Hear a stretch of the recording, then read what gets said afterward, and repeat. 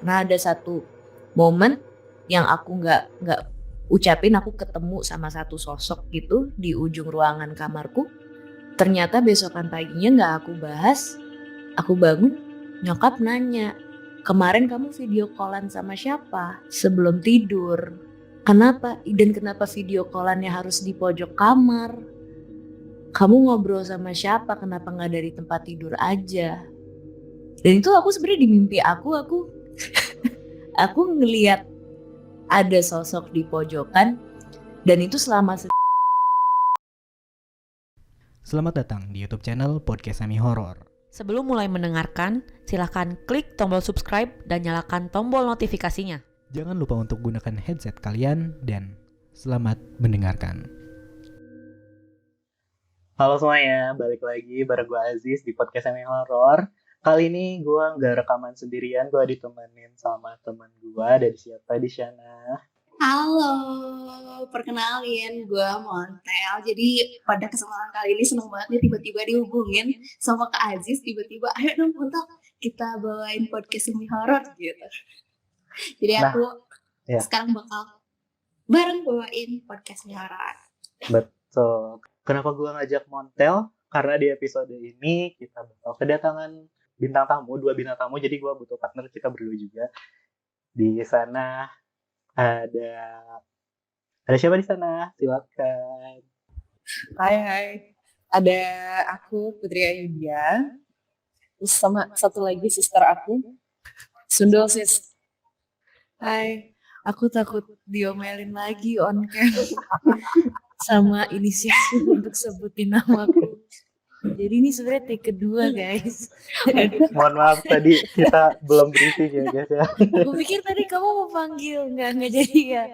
Hai, aku Sheryl Rinavia. Aku berperan sebagai Tia di. Oh belum ya? Terlalu banyak ngomong lagi. Gue ngomong terus Spoiler ya, Iya. Sheryl ya. Sorry. Ada Tia nih di film apa ya kira-kira ya guys ya? Kita Apa ya? mari kita simak saja kelanjutannya bagaimana. Oke, Kak Sheryl, Kak Putri apa kabar? Baik, alhamdulillah. Lagi sibuk promo-promo film ya kalian? Betul. Iya. Selain promo film ada kesibukan apa lagi? Berkebun kah atau gimana? Berkebun, mau lihat kebun aku nggak? Ini aku tunjukin kebun aku. Di Mana ya? rumah Kak? Dekat Itu rumah? kebun aku. Oh, Tuh, ya kan? Aku liatin lagi dari kemarin. Ya kan, aku punya kebun gandum, wortel, baik. strawberry, coklat. Terus aku punya sugar cane juga. Terus Wow. aku punya pabrik-pabriknya gitu, Wow. ya kan? Tebu. Baik. Tebu, yes, tebu. Aku juga Seru. potato. Sebagai non pemakan nasi, aku punya potato kebun. Ih keren. Panennya kapan Kak? Panennya kalau gandum setiap 2 menit di sini. Wah, cepet banget. Aduh jadi pengen masuk ke dunia itu aja. Buat apa hidup? Ayo dong. Terus kita bisa temenan loh kalau di sini kalau kamu main juga. Jadi setelah kamu main ngajak aku main Stumble kemarin, aku ajak kamu main Township, please. Ayo. Baik. Seru lagi. Kak Sheryl gimana Kak? Lagi sibuk ngapain selain promo-promo film? Iya sekarang kan lagi promo. Abis itu kemarin aku lagi siapin album juga. Tapi ya balik lagi di bulan ini. Ayo mari kita gerakan Indonesia dengan film horor terbaru kami. Sebelum cerita lebih jauh nih tentang film horor, aku mau nanya dulu nih ke Kak Putri dulu ya. Kak Putri pernah gak sih ngalamin kejadian mistis atau pengalaman horor dalam hidupnya? Kayaknya semua yang terjadi dalam hidup itu rasanya sangat metafisik ya. Banyak hal yang tidak terduga. Tapi ini lebih pilih yang nyeremin, takut gitu, atau lebih pilih yang aneh aja gitu. Yang serem nih, gimana nih? Serem ya. Oke. Bismillahirrahmanirrahim ya Allah, siapapun yang kuceritakan jangan ini ya deg-degan. Jadi ayahku tuh belum lama meninggal. ya lumayan sih sebenarnya udah kayak 4 bulanan gitu. Cuma saya masih di tahun ini. Nah kan beliau tuh memang sakit dan sempat setelah dari rumah sakit dirawat di rumah. Nah dalam perjalanan ini kita kan tahu ya orang mau meninggal tuh ada aja gitu perjalanan, ada aja tanda-tandanya gitu. Nah aku nggak tahu ini serem apa lucu. Kayak kita semua hal serem kita bikin jadi lucu gitu supaya nggak terlalu takut-takut banget. Jadi ayahku tuh orangnya keras banget dan kita selalu bilang bahwa susah sekali ngasih tahu ayahku dan dia juga keras banget sama kami. Terus kita berpikir, wah kayaknya udah menjelang berapa hari meninggalnya ayah kita udah tahu nih tanda-tandanya nih gitu. Setiap mau maghrib, waktu itu zamannya kan masih COVID masih ada ya. Saturasinya tuh bisa jadi 60-an, 70-an gitu. Jadi udah parah banget. Napasnya pendek-pendek gitu. Dan di rumah jadi langsung ditemenin sama anggota keluarga yang lain. Suatu ketika pas pertama kali keadaannya kritis, ayahku balik aku lagi meeting terus itu pas aku balik lagi tuh kondisinya udah nggak apa-apa. Terus dia bilang, itu tadi bapak mau lewat pintu tapi pintunya ada yang berdiri di pintu katanya gitu. Terus oh siapa, ada Pak D Nono tuh kakaknya bapak yang dia sayang banget lah, udah almarhum juga gitu. Terus terus bapakku bilang nggak boleh kali ya bapak masuk, belum boleh kali ya gitu. Terus aku tanya kan, jadi bapak balik lagi ke sini, aku tanyain gitu. Terus bapakku iya balik lagi, kata bapakku gitu. Oke. Terus ternyata itu tidak hanya terjadi di hari pertama, tapi keadaan kritis itu terjadi beberapa hari lagi setelahnya sampai kemudian ayahku meninggal. Kita suka bilang sama adekku kayak, ini ya kayaknya malaikat maut yang menjemput ayahku tuh juga pusing. Mereka tuh ngomong sebenarnya, ini siapa yang mau meninggal nih, Pak Winahyu. Aduh, lu aja deh yang jemput, lu aja deh gitu, pada ojok-ojokan gitu kan. Susah banget. Tapi bener-bener kita kayak udah, ini hari pertama kayak susah ya. Terus hari kedua kejadian lagi, cuma nggak jadi-jadi gitu kan. Kayaknya balik lagi berkali-kali. Dan ibuku tuh setelah hari kedua tuh bilang, Put ini loh bapak loh. Bilang katanya ada laki-laki besar, tinggi. Gitu. Terus hari berikutnya, itu loh ada ibu-ibu pakai hijab gitu. Siapa pakai hijab? Nyokap gue Katolik, adik gue Katolik juga gitu. Aku Muslim sih, cuma aku gak pakai hijab kan, obviously gitu. Jadi dan kita nggak ada pembantu di rumah, nggak ada supir. Kita yang oke. Itulah alasan kami mencapai kesimpulan bahwa mungkin memang bahkan bukan hanya kami yang berdebat ya, tapi malaikat juga berdebat gitu, mau siapa yang menjemput bokap gue gitu kan. Susah banget. Sampai pada hari ayahku mau meninggal tuh, dia ngotot untuk turun dari kasur. Terus dia tiduran di lantai, benar-benar di lantai. Nah di lantai itu ini dan susah banget, pasti nggak bisa atau nggak mau diangkat gitu kan, dan tengkurap gitu. Cuman setiap kali aku deketin tuh bapakku tuh pasti ada aja yang disampaikan. Cuman ayahku kan udah mulai delusi waktu itu, jadi nggak tahu mau ini, nggak tahu bener apa enggak, tapi dia teriak berkali-kali bahwa cepetan putri, cepetan nasinya disiapin, berasnya gitu. Awalnya sih kayak pengen jawab asal ya, tapi setelah melewati sekian puluh hari sama beberapa minggu lah gitu sama ayahku yang di rumah sakit juga sangat delusional, kita kayak kayak kita mesti mulai hati-hati deh mendengarkan yang diucapkan ayahku tuh apa gitu. Jadi ketika ayah ngomongin beras berkali-kali, aku baru ngeh di hari beliau meninggal, 1 hari, 2 hari, 3 harian. Maksudnya beras itu adalah rumah kami tuh jarang terima tamu. Dan ketika ayahku meninggal, yang datang tuh banyak banget, dan yang ngurusin konsumsi tuh aku. Jadi kayak, dan waktu itu pas bapak nanya tuh aku bilang kayak, udah pak, udah siap kok, udah siap. Yang mengerikan adalah kalau ternyata jiwa bokap gue udah travel dari semenjak beliau sakit, ya kan? Berarti waktu aku bahkan gak ada sama dia, kayak gue diikutin gak sih? Aku mikir berkali-kali, pas bapak gue gak ada, gue ngapain aja ya kalau lagi gak nemenin dia ya? Jadi insecure banget, mau ngapa-ngapain kan mikir kayak, sekarang aku juga, gue insecure banget ya gitu. Mau bandel kan pusing ya, kayak aduh bokap gue ngeliatin lagi gitu. Kalau dulu kan pas bapak ada, kayaknya oh iya emang gak lihat gitu. Tapi kalau sekarang kan ngeri gak sih? Menurut aku itu horor banget sih. Kita ngapa-ngapain terus tiba-tiba orang tua kita ada di sebelah kita gitu. Horor sih. Orang bokap nyokap gue punya akun Facebook dan Instagram aja menurut aku itu serem banget. So, ya, kalau itu in a fun side ya, hal-hal yang bikin deg-degan kayaknya kita bawa senang aja ya gitu. Cuman di luar itu sebenarnya banyak hal-hal yang kita nggak punya penjelasannya gitu. Kita nggak tahu kenapa dan bagaimana itu terjadi gitu. Ya itu adalah. Nanti ada waktunya lagi kita cerita lagi ya. Itu ceritanya mirip almarhumah nenek aku. Waktu dia pas mau meninggal, dia tuh selalu ngelihat ke arah jendela depan. Terus dia bilang ke anak cucunya tuh, itu ayah Saha diharu, itu ada siapa di depan. Terus padahal nggak ada siapa-siapa. Terus dia nyuruh anak cucunya, itu hordeng jendelanya ditutup sama pintunya ditutup, lampunya nyala-nyalain gitu, suka gitu. Terus dia tuh suka suruh nyiapin sesuatu gitu. Padahal gak bakal ada tamu. Dia bilang itu ada tamu di depan, selalu gitu. Pas 1-2 bulan sebelum meninggal gitu. Kalau Lumayan panjang ya waktunya ya. Iya. 1-2 bulan kan lumayan ya. Sekarang aku ke menarik. Kak Sheryl ya. Kak Sheryl gimana nih kalau Kak Sheryl? Aku lupa konsekuensi main film horor itu, aku harus menceritakan kisah aku sendiri. Nah, aku jadi takut lagi. Padahal udah berlalu. Jadi sebenarnya bisa dibilang tuh kalau dari keluarga ibuku tuh emang rata-rata sensitif gitu loh orang-orangnya. Bukan Cuman- sensitif yang marah-marah mulu gitu ya. Dikit-dikit marah, dikit marah. Beda.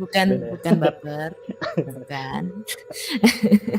Tapi itu kadang-kadang juga sih ada.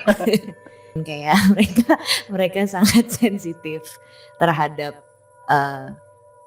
hal-hal yang mistis lah gitu. Cuman kalau di keluarga ibuku itu jadi nyokap juga pernah cerita sama aku lah. Dia kan deket banget sama Eyang Kakung gitu. Very similar to Kak Putri story juga tadi. Cuman ada satu momen di mana semingguan tuh bener-bener Eyang Kakung aku tuh nggak berhenti untuk marah-marah terus, kasih wejangan terus yang nggak berhenti-berhenti ke ibuku gitu. Sampai di tahap yang udah ganggu banget lah buat ibuku pada saat itu. Ternyata pas ibuku itu berusaha untuk coba tenangin Eyang Kakung bilang juga sama ibuku, sebenarnya tuh maksud dari dia marah kemarin gini, maksudnya dia titipin wejangan tuh karena ini, tapi masih dengan nada yang sangat marah gitu. Terus katanya nggak lama kemudian bapaknya cuman cium nyokap di kening, terus lepasin, cuman tanya, "Bapak ganteng nggak?" Cuman gitu nanya sama nyokap gitu. Habis itu nyokap juga balesnya yang main-main kan, udah deket juga, jadi udah deket banget gitu. Ngobrolnya jadi santai banget, cuman apaan sih Pak, cuman gitu doang sama Eyang Kakungku. Besokannya itu tuh Eyang Uti ya, kalau grandma tuh Eyang Uti ya, itu ulang tahun. Eyang Uti ini tuh suka banget sama warna ungu sebenarnya. Nah cuman ibuku tuh BM lah gitu orangnya. Jadi apa yang dia mau harus diturutin gitu. Dan nggak tahu kenapa ibuku pesennya semuanya tuh bunga warna putih. Jadi emang yang benar-benar disediain di satu rumah tuh benar-benar di semua sudut tuh udah bunga-bunga putih semua gitu. Sore itu pas ibuku lagi arrange buat ulang tahun nenek, dapat kabar kalau Eyang Kakungku tuh meninggal. Ternyata hari itu juga. Habis itu besokannya kan pasti kan siraman dan lain sebagainya ya, dimandiin dan sebagainya. Itu pas tuh semua hal yang dipesenin sama nyokap ternyata buat acaranya nenekku, Eyang Uti, itu datang bersamaan dengan acara ya Eyang Kakungku dimandiin dan lain sebagainya, bunga putih-putih, makanan yang ternyata Eyang Kakung aku suka, bukan makanannya Eyang yang sebenarnya ulang tahun di hari itu, gitu. Jadi banyak tanda-tanda kayak gitu yang ternyata ibuku juga selama semingguan itu tuh sering didatengin mimpi lagi liburan kemana sama Eyang Kakung aku, terus dibisikin apa, tapi itu benar-benar sebelum meninggal ya. Sebelum meninggal tuh kayak nggak berhenti didatengin mimpi kayak gitu, yang kadang suka menurun ke aku kalau misalkan aku nggak bahas soal mimpi aku, seringkali kejadian. Nah ini tuh ibuku karena mungkin udah gremet, udah kesel sama Eyang Kakung aku selama seminggu dimarahin terus, dikasih wejangan dan lain sebagainya, nggak mau cerita juga kalau dia tuh mimpiin Eyang Kakung aku berkali-kali, dan dia suka menyesal kayak kenapa ya nggak dibahas, nggak di ini, karena emang sehat banget Eyang Kakung aku, main tenis rajin, terus nggak ya healthy lifestyle aja gitu. Terus tiba-tiba aja, jadi selalu tuh dari aku diceritain itu tuh udah dari aku kecil ya gitu. Jujurnya nggak pernah kepikiran sampai sering banget tuh aku kejadian mimpiin temenku nangis, terus besokannya dia jatuh. Suka kayak gitu-gitu yang kadang aku suka ngerasain. Things like that happen kalau nggak aku bahas. Sometimes something funny aja gitu kejadian gitu. Tapi itu jadi kejadian lebih serem ya daripada ketemu makhluk. Itu lumayan sih, karena aku juga nggak merasa bahwa aku yang kayak bisa tell the future atau apa juga ya. Cuman mungkin peka dengan keadaan itu yang jadi buat aku sangat was-was sama apa yang aku pikirin gitu. Karena seringkali kalau nggak diucapin jadi kenyataan aja gitu. Pernah ada satu momen yang aku nggak ucapin, aku ketemu sama satu sosok gitu di ujung ruangan kamarku. Ternyata besokan paginya nggak aku bahas, aku bangun, nyokap nanya, kemarin kamu video callan sama siapa? Sebelum tidur. Kenapa? Dan kenapa video callannya harus di pojok kamar? Kamu ngobrol sama siapa? Kenapa nggak dari tempat tidur aja? Dan itu aku sebenarnya di mimpi aku aku ngelihat ada sosok di pojokan, dan itu selama seminggu nggak berhenti. Lihat nih, kelihatan nggak? HD nggak? Males sebenarnya ngebahas ini. Cuman seminggu berturut-turut karena nyokap bahas kayak gitu sama aku tuh selalu ngeliat si shadow itu semakin deket ke aku, dan selalu kayak pengen pegang tangan aku gini di kamar. Berarti visualisasinya tuh kayak bayangan aja gitu, shadow. Iya. Terus sampai aku akhirnya nangis kan, cerita lah sama nyokap. Cuman dia udah bilang kayak udah aman, mami udah jagain. Terus aku kayak nggak ngerti sampai belum lama ini aku diceritain sama orang kalau ternyata satu keluargaku mendapatkan titipan dari si Eyang Kakung yang punya siapa yang jagain. Jadi sekarang katanya aku kalau misalkan dibilangin sama orang, oh lo ada yang jagain gitu kan, oh syukurlah bukannya kita semua ada ya gitu kan. Enggak, punya lo wangi, Jawa-Jawa gitu. Habis itu tinggi, cantik, tapi tegas, kayak amin deh, gak apa-apa deh kalau niatnya baik. Oh, berarti dari Eyang Kakung tuh sudah mewariskan ya Jadi dibagi-bagiin, ini lu tugasnya jadi sini gitu. Kadang jadi suka takut sendiri kayak nggak boleh macem-macem, ada yang tontonin. Oh, takut ada yang ngadu gitu. Iya, bener. Ngadunya tuh karena bisa lewat mimpi. Aku tuh sama nyokap suka bales-balesan gitu loh. WhatsApp tuh kan udah bisa ya di handphonenya. Tapi kadang suka cuma lewat pikiran doang gitu. Kadang suka, aduh mami, kok kegap gini ya, gitu. Tahu gitu aku ngerasain. Sulit. Harus lebih hati-hati deh kak. Gitu. Kalau Montel gimana Tel? Mau ditanya nggak Tel? Mau tahu dong Kak Montel. Kebetulan aku jangan dipanggil kakak dong. Kamu namanya Katias. Jadi aku panggilnya sebenarnya ada kakaknya. Ya manggilnya Montel aja. Aku masih cimit soalnya, masih cimit banget. Oke, Montel. Oke, makasih. Kayak aku mau nanya nih, kan tadi udah di spoiler juga nih waktu tadi Kak Sheryl tiba-tiba nyebutin perannya jadi apa gitu. Sedih banget. Oke. Nah, jadi nih filmnya itu kan namanya Tumbal Kanjeng Iblis ya. Ya. Jadi mau nanya nih, apa sih Tumbal Kanjeng Iblis tuh? Dari Kak Sheryl dulu deh boleh. Mungkin Kak Putri dulu. Maaf, my dogs won't stop barking. Oke. Oh ini Mbak Putri. Bisa aja kalau ngelempar nih Sheryl. Ya, kalau filmnya sendiri sebenarnya bercerita tentang sebuah kos-kosan. Nah, itu deh intinya. Aku di situ berperan sebagai ibu kosnya. Makanya bisa ketemu sama Sheryl yang nyari kos-kosan.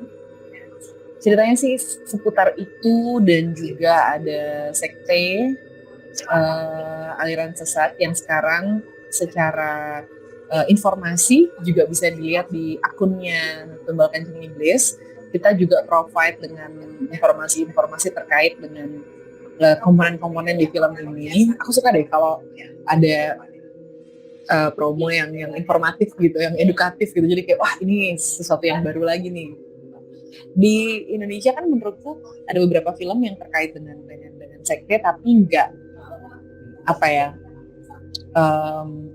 nggak sama-sama semua gitu loh.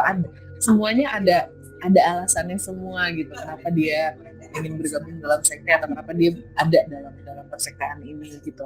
Nah, cerita Tumbal Kanjeng Iblis adalah tentang bagaimana ada sekelompok orang yang mengharapkan sesuatu pada entitas bernama Kanjeng Iblis ini dan memberikan tumbal. Dan ini adalah prosesnya bagaimana film ini adalah kita melihat prosesnya bagaimana atau apa dan siapa yang akan ditumbalkan gitu.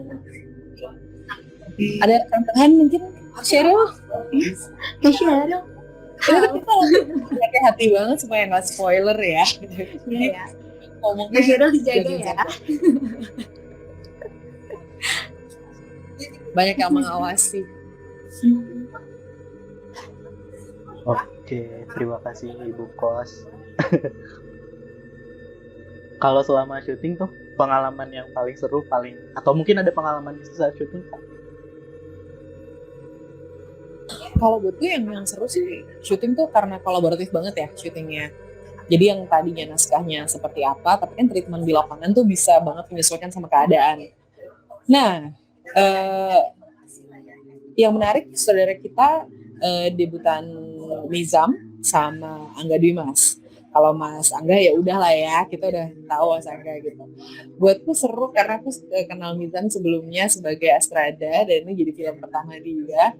Langsung penuh impact gitu filmnya. Yang menarik nanti dari Tumbal Kanjeng Iblis adalah film ini kayak investigasi gitu. Kita diajakin untuk cari siapa sebenarnya pelakunya gitu. Nah, aku nggak tahu karena aku belum nonton filmnya full. Jadi kita kayak masih menduga-duga nih filmnya jadinya seperti apa ya nanti gitu. Tapi kalau dari ceritanya based on naskah memang banyak adegan yang menjadi hasil kolaborasi setiap departemen yang benar-benar ngobrol di waktu itu gitu. Banyak improvisasi yang harus kita lakukan gitu karena terkait dengan hal teknis dan segala macamnya gitu. Sementara teknis nggak bisa improve aja, harus ada hal yang direncanakan sebelumnya, sehingga kalau misalkan kita mau improve, jadi dari apa yang ada kita lihat apa yang bisa diolah. Nah yang menarik tuh ada satu adegan yang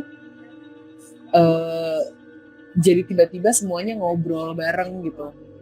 Kayaknya bajunya ini bener nggak ya gitu. Kalau lightingnya di sini berarti kita blockingnya harus gimana nih gitu. Karena ada beberapa penyesuaian yang mengikuti dengan adegan-adegan sebelumnya yang sudah pernah dibuat atau yang adegan yang akan terjadi yang sudah dibuat. Nah itu menurutku itu salah satu kenangan yang asik sih, karena nggak semua film bisa sekolaboratif dan bisa sengobrol ini gitu.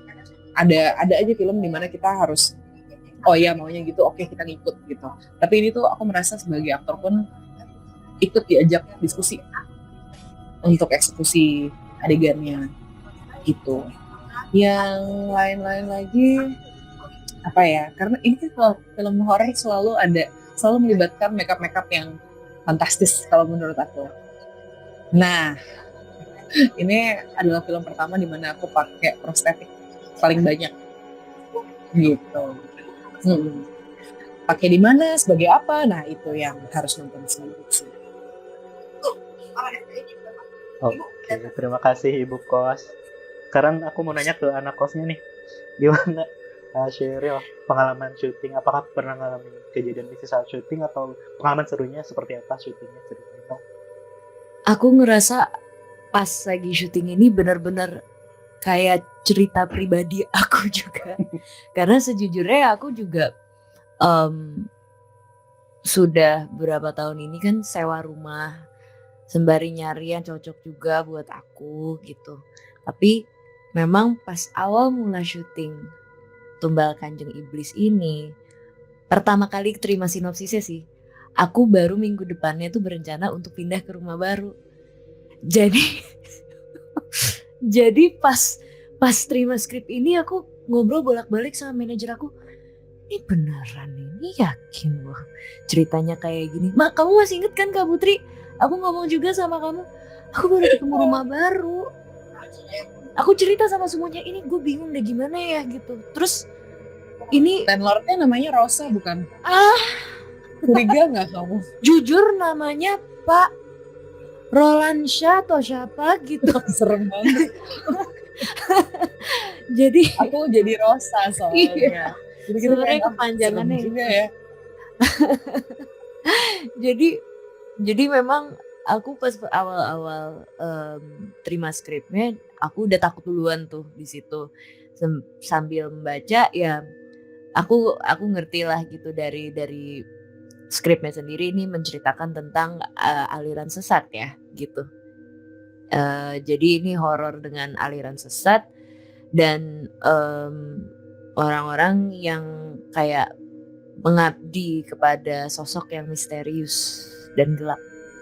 Lalu disebutnya tuh Kanjeng Iblis. Gitu. Kayaknya itu yang paling menyeramkan ketika kita bertamu di rumah orang lain gitu. Mau itu buat waktu yang lama atau sebentar pun gitu. Memang kita nggak pernah tahu gitu fondasi dari rumah itu secara eksternal dan internalnya itu seperti apa. Itu yang paling bikin aku deg-degan tuh kemarin jalanin ini. Terus pulang dari reading, pulangnya ke rumah baru yang aku belum familiar sama satu sudut ini. Gila kalau misalkan ada ini. Aku tuh sampai kayaknya mandi, ngapa-ngapain tuh aku harus setelin musik di mana-mana. Jadi semua sudut ruangan di rumahku yang sekarang pasti ada kayak speaker bluetooth ya gitu. Karena setelah syuting ini aku bener-bener udah gak kuat gitu. Dan tinggal sendiri juga aku. Jadi semakin berasa. Ampun. Film ini membuat kita punya trust issues gak sih? Iya banget. Jadi PTSD, traumatic. Traumatic. Iya. Aduh. Ya, kalau ini memang filmnya terkait dengan trust ya, trust issue sama insecurity itu kayaknya punya faktor yang kenceng di film ini ya. Banget denger suara-suara apa aja kan, apalagi kita lagi sendiri atau orang yang mau bertamu juga jadi mikir 2 kali gitu loh sekarang. Iya lagi, aku juga tinggal sendiri lagi. Kayaknya itu deh alasannya kita di casting kemarin. Mereka memilih orang yang tinggal sendirian dan Cewek yang tinggal punya sendiri. persoalan kepercayaan supaya Iya. munculnya genuine gitu. Heeh. Actingnya jujur. Ini kayaknya pendalaman karakternya udah jadi mereka sendiri aja gitu ya. Heeh. Saya memang anak kosan. Jadi relatable sebenarnya. Oke. Aduh. Tadi kan udah sempat di spoiler tuh Kak Sheryl berperan sebagai Tia. Tia ini siapa sih? Oke. Tia ini adalah orang yang sayang banget sama keluarganya. Jadi apapun yang terjadi terhadap keluarganya tuh dia pasti akan memperjuangkan mati-matian untuk membela dan mencari tahu kebenaran tentang keluarganya gitu. Dan di dalam peran ini Tia tuh memiliki sebuah misi untuk mencari tahu apa kaitannya sebuah tempat dengan keluarganya itu gitu. Dan dia sangat gigih. Tapi yang kata yang paling tepat yang aku selalu keucap gitu di pikiran aku setiap kali aku bertambah baca skripnya tuh kayak, Tia, dablek kamu, dablek gitu. Dia benar-benar dablek. Jadi, aduh, udah tanda-tandanya jangan kesana. Tapi kalau udah ada keinginan, dia nggak akan berhenti untuk memperjuangkan itu gitu. Jadi, ya udah nggak peduli apa kata orang, apa kata situasi. Pokoknya dia harus dapat aja apa yang dia mau. Itu Tia. Dan dia harus memecahkan misterinya tuh apa sih tentang keluarganya ini. Gitu. Baik. Gimana sih cerita? Boleh aku nanya Kak, ceritanya gimana Kak Sheryl bisa jadi meranin sebagai Tia di peran utamanya? Singkat aja Kak. Oh iya, karena 10 menit. Ya. Oke. Sorry. Aku gimana? Apa? Aku deg-degan. Gimana? Kok bisa sih Kak Sheryl yang jadi pemeran utama gitu? Gimana ceritanya? Oh. Jadi awalnya emang kayak melalui casting dari beberapa peran dari beberapa kandidat gitu. Kayak aku harus tanya sama Mizam deh kalau kayak gitu, sama sutradaranya kenapa ya aku. Tapi kalau misalkan aku mau ber-Annabelle gitu, kayaknya ini peran yang sangat beda dari yang biasa aku mainin gitu. Ini karakternya nggak ada nih kayak aku yang sekarang berisik banget gitu. Dia sangat diam. Aku melakukan hobi yang ini sebenarnya salah satu hal yang aku benci dari seseorang adalah untuk gigit jari. Tapi aku melakukan itu. Aku menggigit jari.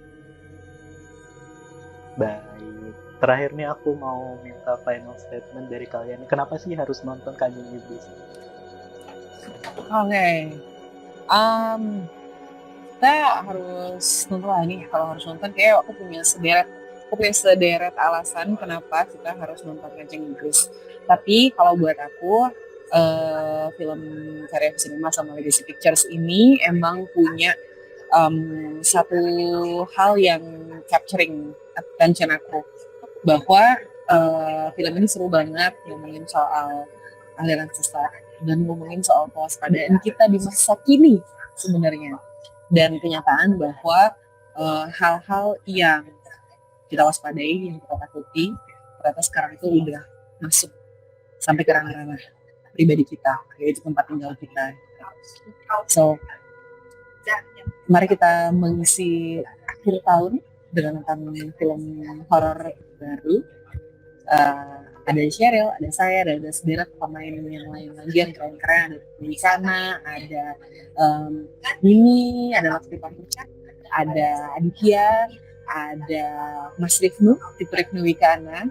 Jadi I promise you, ini film akan mengajak kamu untuk deg-degan sih sepanjang nonton. Kemarin aku nonton previewnya juga gila kenceng nih, asik nih. Gitu. Dan paling seru kayak kan gitu. Jadi ini adalah film yang asik untuk kita nonton rame menyelesaikan untuk tahun dengan keseruan yang Indonesia banget. Kalau ini. Oke. Aku mau minta terakhir dari Kak Sheryl, singkat aja Kak. Oke, jangan lupa untuk nonton teasernya. Itu bener-bener jujur di luar dari ekspektasi aku sendiri gitu. Karena udah ngeliat langsung sebenarnya selama syuting seperti apa. Jadi aku pikir aku nggak bakal takut-takut banget lah abis nonton teasernya. Ternyata pas nonton teasernya aku takut. So ini bisa menjadi salah satu alasan untuk kamu membawa diri kamu ke bioskop untuk nonton Tumbal Kanjeng Iblis. Semoga kalian akan suka sama filmnya. Oke, baik. Jangan lupa nonton film Kanjeng Iblis tanggal 22 Desember ya Kak. 22 Iya, tanggal Desember 22 Desember. 2022. Biar tahu villainnya juga ya. Biar tahu tuh tadi kan disebut siapa ya impostornya ya, villainnya ya gitu. Pertanyaannya sebenarnya paling seru lagi siapa tumbalnya? Apa tumbalnya yang penting yang mau dicari-cari seantero universe Tumbal Kanjeng Iblis itu?